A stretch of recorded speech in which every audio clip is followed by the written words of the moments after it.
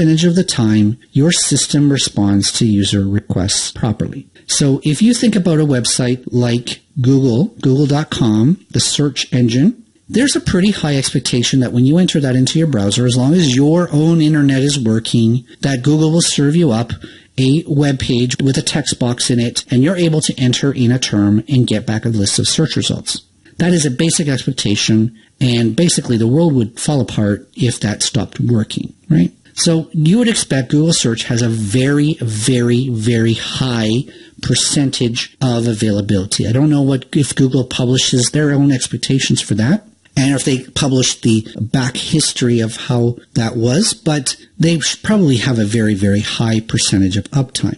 Your own WordPress website might have a lower percentage of uptime. For instance, if we go back in history for 6 months and we look at the log files and we see that your website needed to be rebooted this many times, WordPress was installing the monthly patches, or you had a new plugin and it was going to break something while you're fiddling around with it, then you might have many, many minutes a month of downtime where that your website's not properly serving, but then it might not be that important. Okay, so importance of a Google.com versus the importance of your own WordPress site, there's going to be a discrepancy there too. So we look at this 99.99%. It sounds very high. It's basically 100 in most people's view. But in the view of IT, in the view of computers, that is 4 minutes a month of acceptable downtime. So certainly Google.com would not want 4 minutes a month of downtime. They would want their site to be closer, much, much closer to 100. Whereas your WordPress site, maybe 4 minutes would be great. You would love to only have 4 minutes a month of downtime. So that's the concept of availability. Now, related to that is this idea of scalability. Now, scalability is your website's ability to grow as your users and your number of concurrent users grow. So every system, even Google, Amazon, Facebook, your WordPress site, has a maximum capacity. There's going to be a number of users that are trying to access your site, after which the next person's going to get an error message. Okay? This is inevitable. Even, like I said, even Facebook couldn't handle 2 billion people trying to access Facebook at a very given instant. Okay? So your application has a failure point. What you want is for that failure point to be much higher than your current maximum number of users. And let's say you publish a particularly popular article. You want the ability to grow very easily. You want to be able to go to a higher level of server. You want to be able to add a second server very easily, or to have caching kick in once you get to a certain popularity. So if you can grow your number of concurrent users easily, then you have a scalable system. If you would need to then go and order a new computer, wait for that to arrive, install the software, set that up, back up the data, restore the data, if it's going to take you a week to grow your application in scale, then you do not have a scalable system. Within cloud computing, one of the great benefits of cloud computing is this concept of elasticity. So we talked about how being able to easily add more capacity to your system makes it scalable. The ability for a system to automatically grow and automatically shrink makes it elastic. Okay, very much similar to the concept of an elastic band. It has the ability to grow and to shrink based on demand. So if we look at the user demand for your system, I drew this kind of crude graph here, but if you look at user demand for your system as going up and then subsequently going down, if your system can grow as the demand grows and shrink as demand shrinks, that is optimizing the system, that is improving the efficiency. Everything between the curve and the lines is a waste. That is a CPU that is not being used. That is a storage device that is got excess storage. Anything that is between capacity and demand can be looked at as a waste. And so one of the goals of the elasticity of cloud computing is to minimize waste and to be as efficient as you possibly can in the usage of computing resources.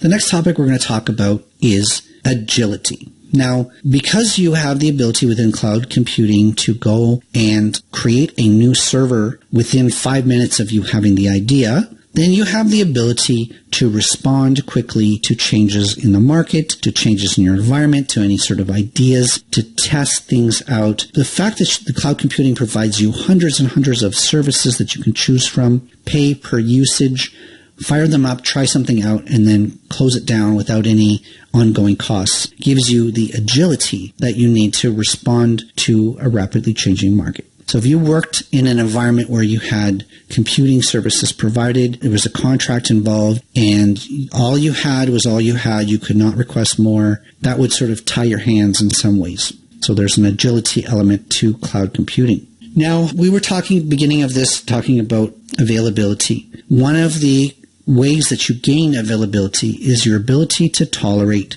any kind of failures. Listen, the fact that computers fail all the time, power supplies go, hard drives die, right?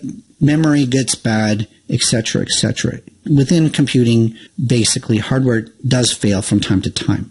I once heard, and I don't know if this is just a story or not, but you would think of a site like, Google.com has 1 million servers serving those search results. And at any one time, those servers can die. And the story that I heard is that there's something like 100,000 dead servers within the Google search network, and they don't fix them. Okay, that's commodity that servers are to Google, but it's basically the resiliency that they have to faults. Okay, so you do not, if a fire supply dies or your networking dies, can you handle that? And that's what's going to get you the availability. So if you had 4 copies of your web server and 4 copies of your files distributed over the globe, and one of them was to die, one of them was to go down, the other 3 could take over, and that's fault tolerance.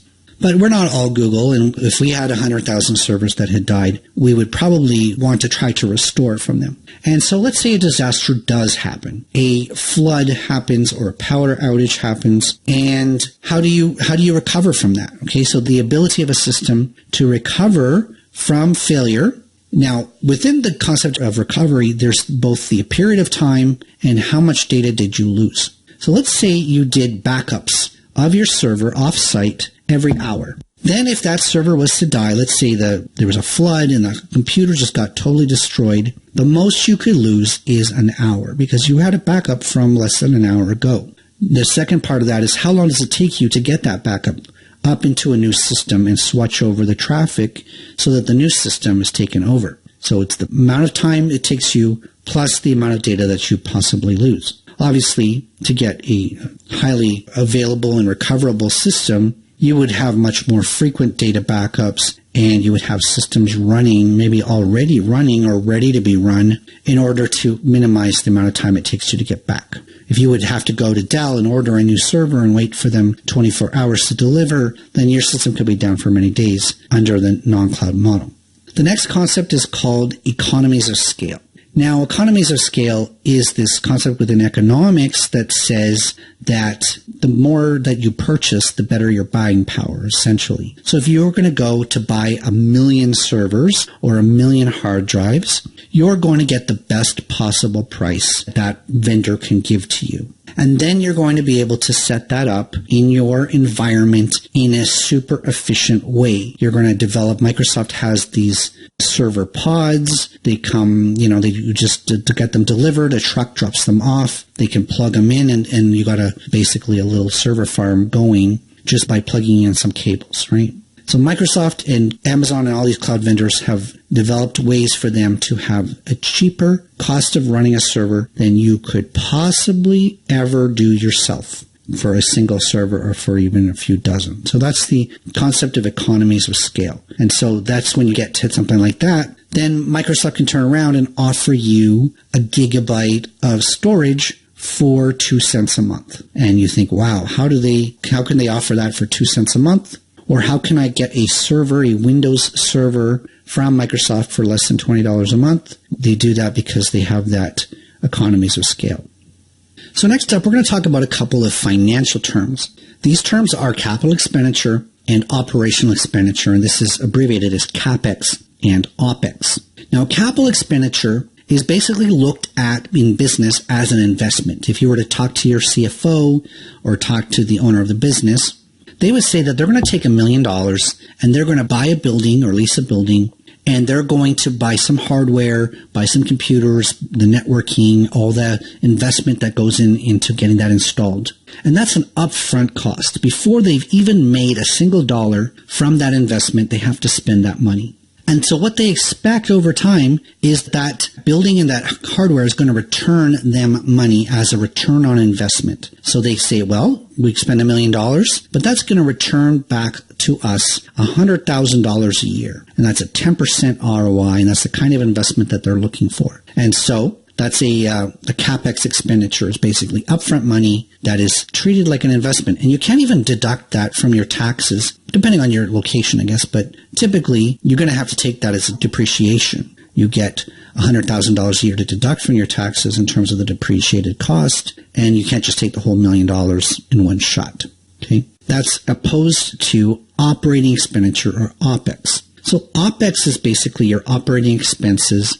It is the cost of doing business. And you're not, in the case of the cloud, you're not paying for Microsoft's building. You're not paying for those servers in a lump sum cost. You're paying by the hour, and basically you're going to get charged every month in terms of the bill coming to you. And so you're basically using the money that you're making to pay off the expenses as they come in.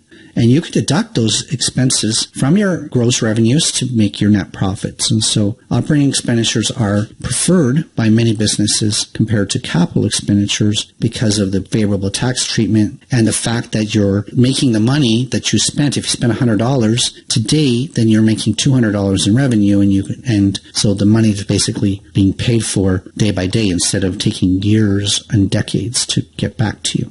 The next core concept we're going to talk about is this consumption-based model.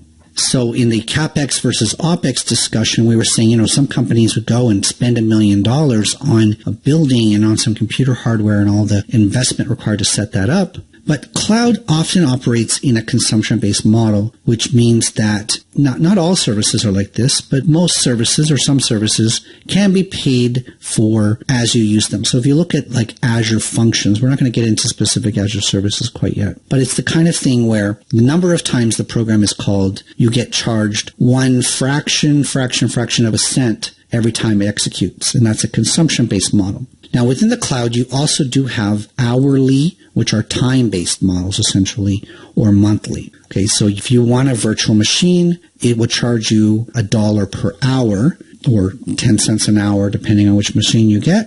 And so if you use it for an hour, you pay only for an hour. If you use it for 24 hours, you only pay for 24 hours. It's a time-based model, but there are many services within the cloud that will basically charge you per execution. Storage, an unmanaged storage account will charge you per gigabyte. So basically for every service that you use, you pay as you consume it.